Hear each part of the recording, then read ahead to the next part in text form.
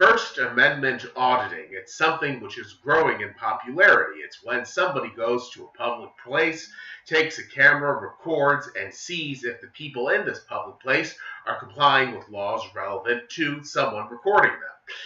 Captain Awesome leads the YouTube channel Rogue Nation. He is one of the more prominent First Amendment auditors out there, and the most prominent in Florida.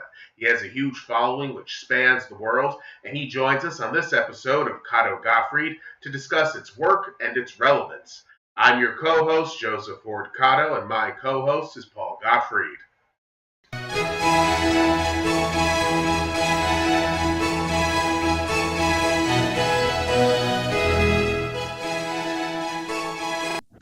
Captain Awesome, First Amendment auditing is something that's growing in popularity, but it's also extremely controversial. And I think perhaps some of the reasons for its popularity and the controversy associated with it are one and the same. Although, of course, these reasons are, you could say, held by different people, and they have different perspectives about what leads them to think whatever it is that they think about First Amendment auditing. Your audits are extremely popular. I think they reach people all across the world. And at the same time, though, for the people that you do audit, they're much less, you could say, receptive, generally speaking, toward your presence than those who watch your videos are. There's so much to ask here because it's such a fascinating subject matter. But what first inspired you to start out with the audits? That's a good question. There was a state-run facility down here in Florida.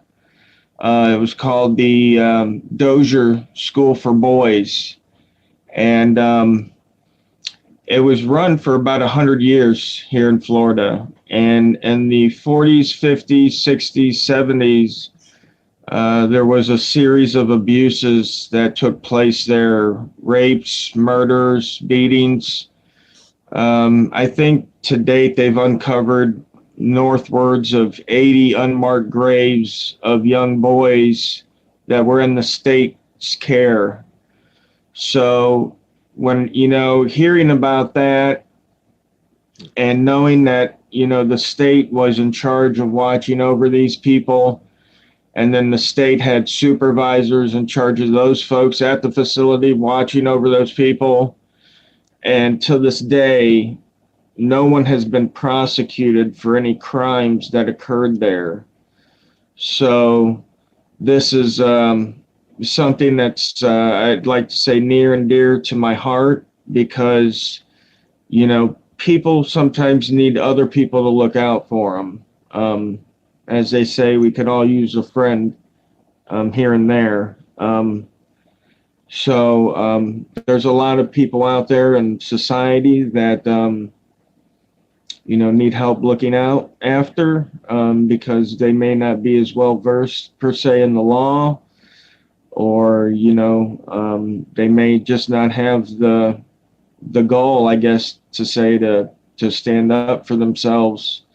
A lot of people that talk to me say they love what I do and they'd love to do it too, but they live in a small town or a small area, and they're afraid of retaliation.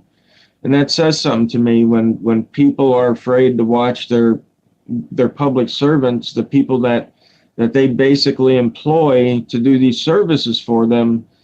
They're afraid to keep an eye on them because they're afraid they'll be harassed, they'll be targeted, and that kind of activity. That to me doesn't seem right.